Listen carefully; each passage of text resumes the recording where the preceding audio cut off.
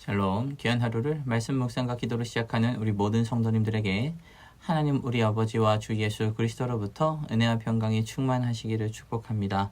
우리 오늘 함께 살펴볼 말씀 로마서 1장 1절부터 7절까지의 말씀입니다. 우리 함께 읽겠습니다.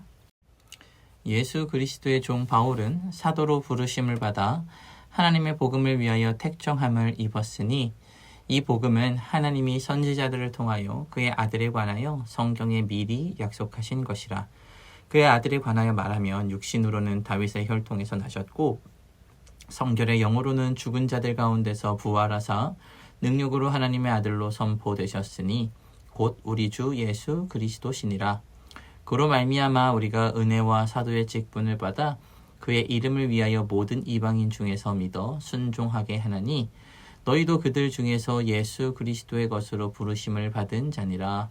로마에서 하나님의 사랑하심을 받고 성도로 부르심을 받은 모든 자들에게 하나님 우리 아버지와 주 예수 그리스도로부터 은혜와 평강이 있기를 원하노라. 아멘. 로마서의 말씀은 신학적으로나 신앙적으로나 아주 중요한 말씀입니다. 왜냐하면 복음의 정수를 담고 있는 말씀이기 때문이죠. 그래서 이 로마서 말씀은 어렵기도 하고 부담스럽기도 하지만 우리 그리스도인들이 반드시 한 번은 살펴보아야 하는 말씀이기도 합니다.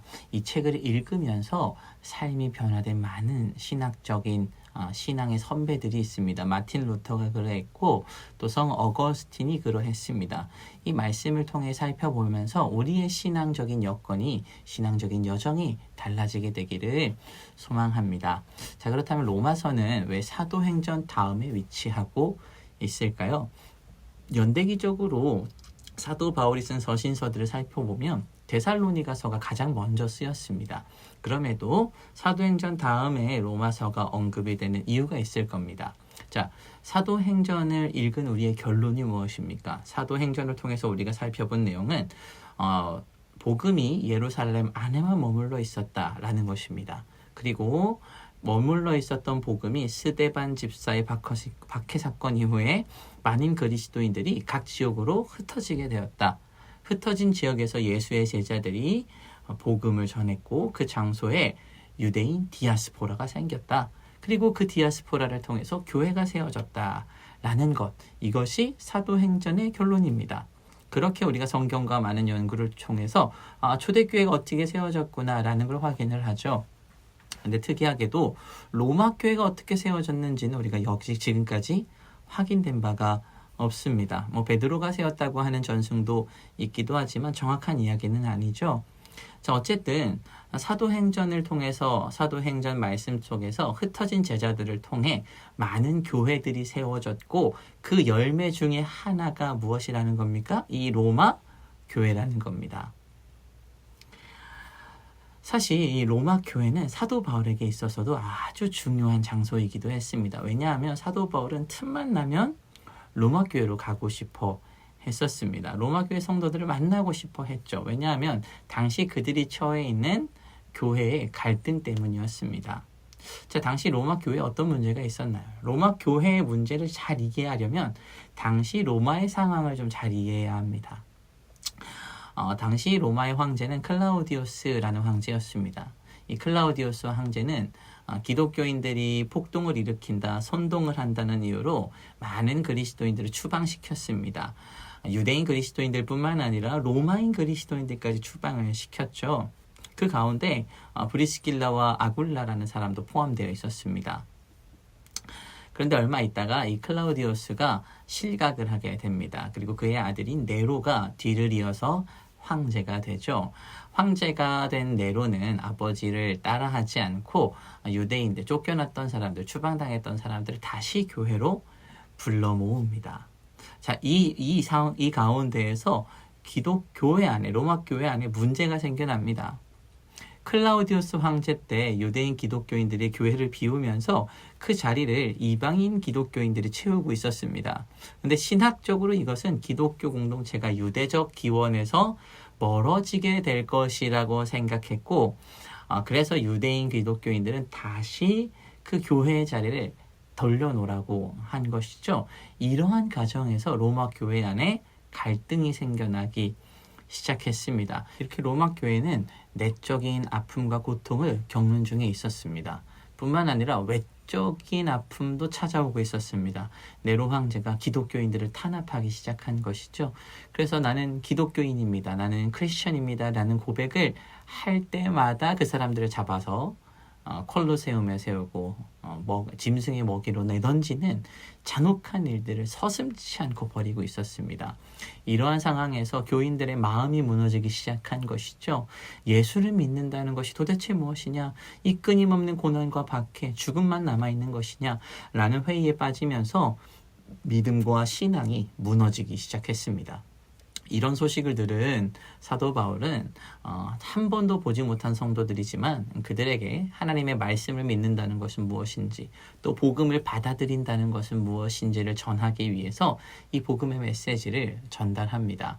그렇게 기록한 것이 이 로마서의 말씀이죠. 그래서 1장부터 11장까지의 말씀은 복음이 무엇이냐? 복음은 이런 것이다 라는 말씀으로 가득 차 있습니다.